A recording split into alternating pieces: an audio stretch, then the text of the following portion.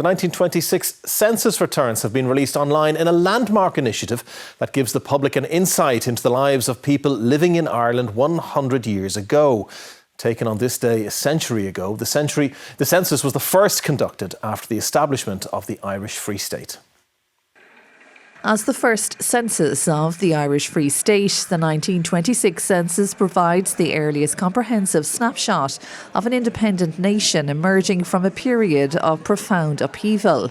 It captures a country still shaped by the legacy of the First World War, the War of Independence and Civil War, as well as by long-standing patterns of immigration and rural life. So the return that we're looking at here is for W.B. Yeats. So you see William Butler Yeats, and he caps the Yeats. He's 60 years of age and he's living in Merrion Square, and he describes himself as an author. And you can see he's living with his wife and his son and daughter, 7 and 4, and they're all Church of Ireland and at school. The National Archives has identified a number of people who were alive at the time of the 1926 census and asked them to be ambassadors for it. Maura Walsh, who celebrated her 100th birthday earlier this month, is one of them. Mammy would take over the shop and Granny would be allowed to go to bed. Imagine on a Sunday now. And she would go to bed and have a rest.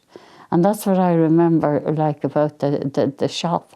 And then there were lucky bags. If you bought a lucky bag, you could be very lucky and you might get another surprise in the lucky bag extra.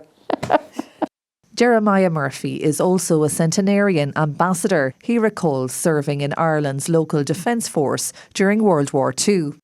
All the young people were in it. We had uniforms and we had rifles.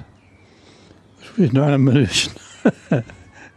The National Archives has now made the entire 1926 census, comprising of 700,000 household returns, freely available and fully searchable online.